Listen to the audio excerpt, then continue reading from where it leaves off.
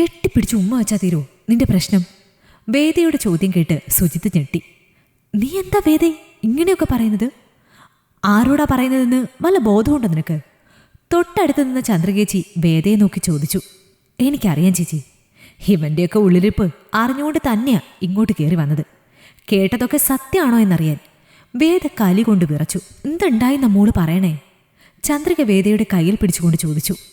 ഇന്നലെ ശില്പമോള് ഇവിടെ ഒരു ഇന്റർവ്യൂ അറ്റൻഡ് ചെയ്യാൻ വന്നിരുന്നു. ചേച്ചി അറിഞ്ഞായിരുന്നോ? ഉവ്, ഞാനാണല്ലോ ശില്പയെ മാനേജറുടെ മുറിയിലേക്ക് കയറ്റിവിട്ടത്. ഇവനാണോ ആ മാനേജർ? സുജിത്തിനെ ചൂണ്ടി വേദ ചോദിച്ചു. അതേലോ. എന്താ ഉണ്ടായ മോളെ? ഈ നാറ ഇന്നലെ എൻ്റെ അനിയത്തിയോട് പറയുവാ, ഒന്ന് കെട്ടിപ്പിടിച്ച് ചുണ്ടിലൊരു ഉമ്മ തന്നാൽ ഇവൻ്റെ പേഴ്സണൽ സ്റ്റാഫിൽ കയറ്റിത്തരാമെന്ന്. മേശയിലിരുന്ന ഫയലെടുത്ത് സുർജിത്തിൻ്റെ നേർക്ക് വലിച്ചെറിഞ്ഞു വേദ. കാശിന് സ്വല്പം ബുദ്ധിമുട്ടുണ്ട് എന്നുള്ളത് നേര് തന്നെയാണ്. പക്ഷേ ദേവന്റെ പെൺകുട്ടികൾക്ക് അഭിമാനത്തിന് കുറവൊന്നുമില്ല.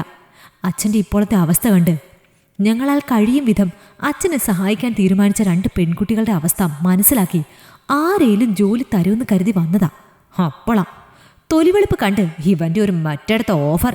ഡാ ചേട്ടെ, നിന്റെ പഞ്ചാര വർത്താനം കേട്ട് കൂടെ കൂടുന്നവരെ നീ കണ്ടിട്ടുണ്ടാവും. ഇത് ആള് വേറെയാ. ഥു. സുജിത്തിന്റെ മുഖത്തേക്ക് കാർക്കിച്ചു തുപ്പി വേദ തിരിഞ്ഞു നടന്നു. മോളെ, ഒന്ന് കണ്ണടച്ചു കൊടുത്തുവെന്ന് വെച്ച് ആരും ഒന്നും അറിയാൻ പോകുന്നില്ല. വേദയുടെ കയ്യിൽ കയറി പിടിച്ചുകൊണ്ട് ചന്ദ്രിക പറഞ്ഞത് കേട്ട് വേദ ഞെട്ടി. മോളെ, ഒന്ന് സഹകരിച്ചു കൊടുത്താ പോരെ?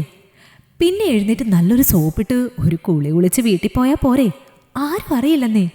വഷളം ചിരിച്ചിരിച്ചുകൊണ്ട് ചന്ദ്രിക പറഞ്ഞത് കേട്ട് വേദ തിരിഞ്ഞു നിന്നു. ചന്ദ്രികയ്ക്ക് ചിന്തിക്കാൻ അവസരം കൊടുക്കും മുമ്പേ വേദയുടെ മുട്ടുകാൽ ചന്ദ്രികയുടെ അടിനാഭിയിൽ ആഞ്ഞു പതിച്ചിരുന്നു. ഇവിടെ കിട്ടുന്ന വേറൊരു സുഖത്തിന്റെ കാര്യമല്ലടി നീ പറഞ്ഞത്. ഇനി ആ സുഖം നേടി പോകുമ്പോ അതിനേക്കാൾ സുഖം ഇപ്പൊ കിട്ടിയ സുഖത്തിനോളം വരില്ല. അതും പറഞ്ഞു ഒന്നുകൂടെ വേദയുടെ മുട്ടുകാൽ ചന്ദ്രികയുടെ അടിനാഭിയിൽ ആഴ്ന്നിറങ്ങി. ഒരു നേർത്ത ഏങ്ങലോടെ ചന്ദ്രിക തുടക്കിടയിൽ കയ്യും വെച്ച് തറയിലേക്ക് വീണു. ചെറുപ്പത്തിൽ കുറച്ച് അഭ്യാസമുറകൾ പഠിച്ചു വെക്കുന്നത് നല്ലതാണെന്ന് അമ്മ പണ്ട് പറഞ്ഞതിൻ്റെ അർത്ഥം ഇപ്പോഴാ മനസ്സിലായത്.